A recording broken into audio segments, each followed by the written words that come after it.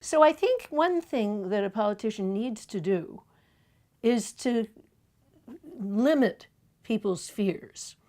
We're all fearful people, and fear can be aroused by lots of things. And so what a good leader needs to do is to channel fear so that it might be productive. For example, the way Winston Churchill got people to be willing to fight in the Second World War, he got them to be, yes, fearful, but determined, and to engage in a worthwhile cause which they thought about and they saw its worth. But on the other hand, a good politician also needs to stop fear. And in the book, I use the example of George W. Bush after 9/11, where, of course, people were ready to go on a rampage against Muslims. There's no doubt. There was just terrible fear of the first invasion of American territory since the War of 1812.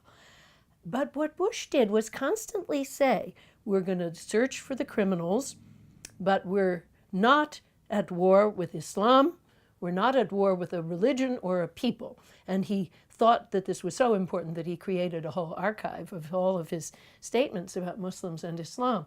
By contrast, Trump is actually demonizing Muslims all the time, to say, oh yes, in this caravan are suspect would-be terrorists from the Middle East. It's ridiculous to suppose that. But anyway, he's all the time demonizing a whole people and a whole religion. And I think that's a very irresponsible use of fear and not what a good leader should do.